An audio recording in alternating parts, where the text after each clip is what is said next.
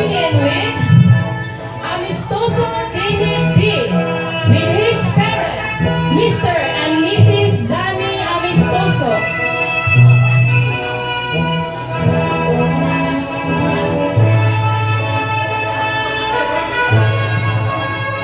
Amor Armico John I. with his mother, Mrs. Federica I. Amor.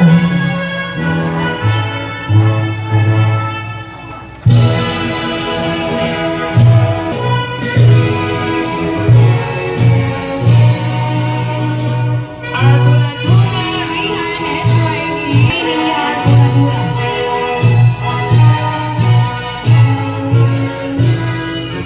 Highest honors. Arbuladura Rihan Israel A. with high honors.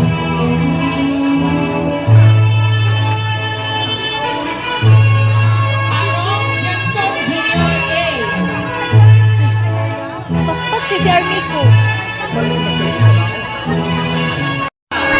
First place in copy reading and headline writing at the Western Festival of Talents and the champion in the district level Lottery Quiz B. Third place in Tahirawan during the district Festival of Talents and is a recipient of the Young Educators Award.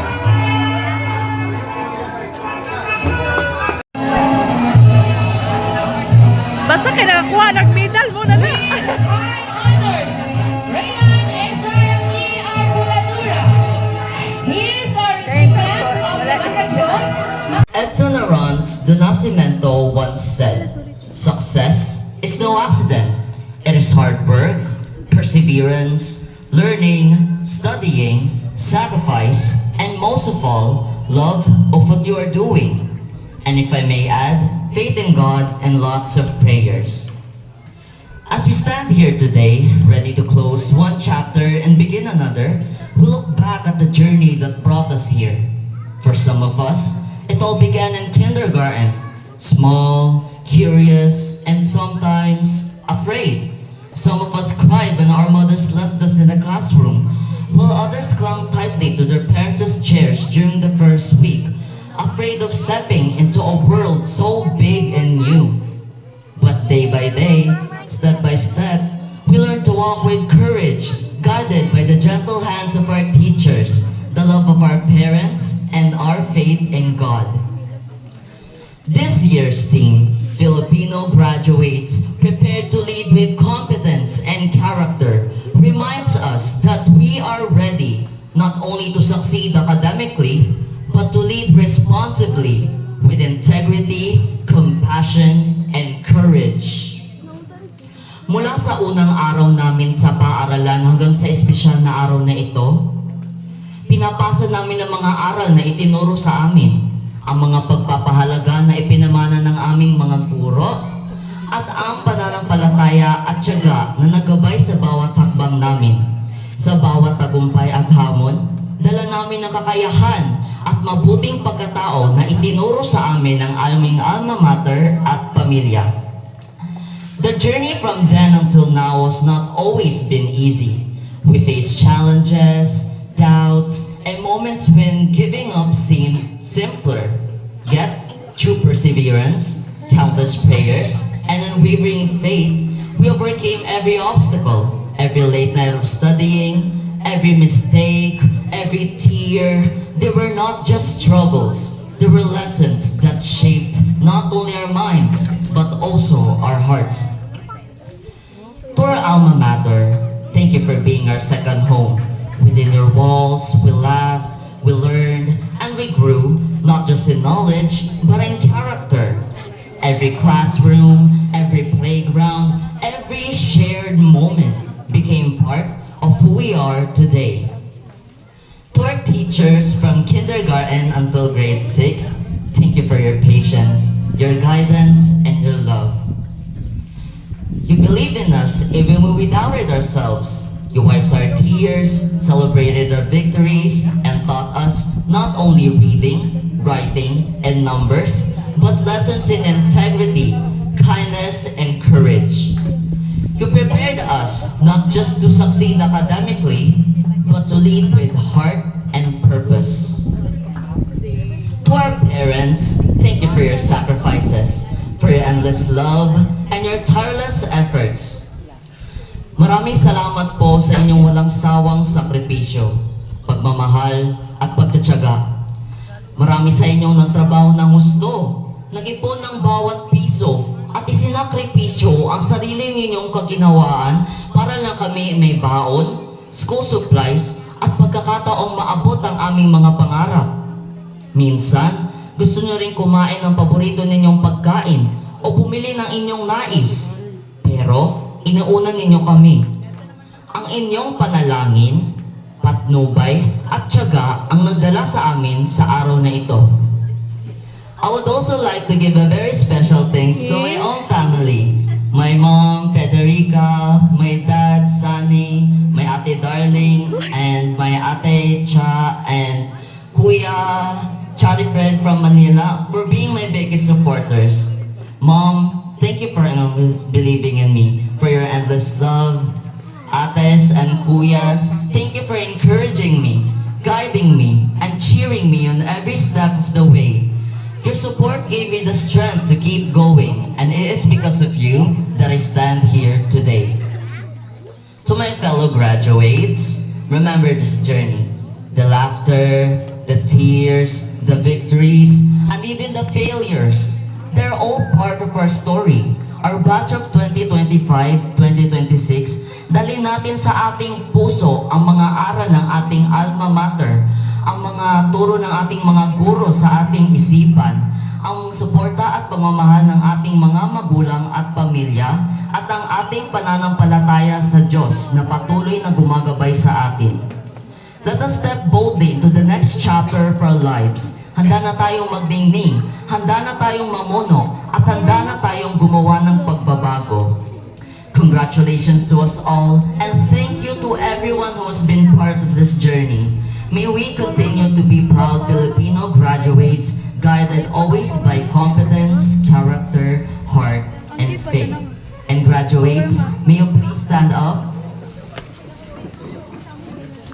And once again, congratulations.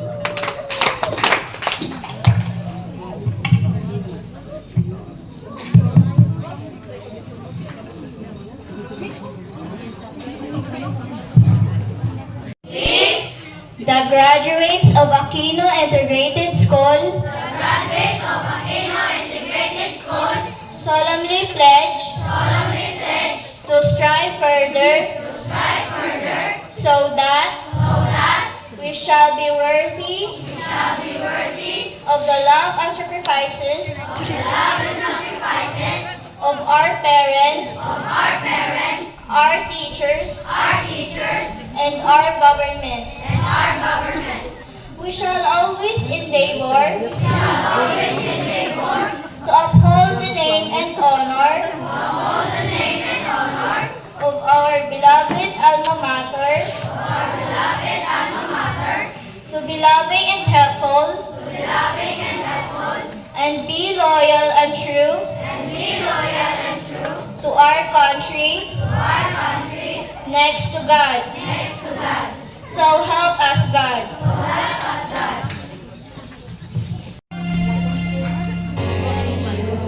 Teaching me how to Love, show me that no one hurt me, and if Filipino, and now I know there is nothing that is will be. teaching me how to knowing me my emotions, let me know what to feel from what is not, what I got is more than I ever hoped for, and I love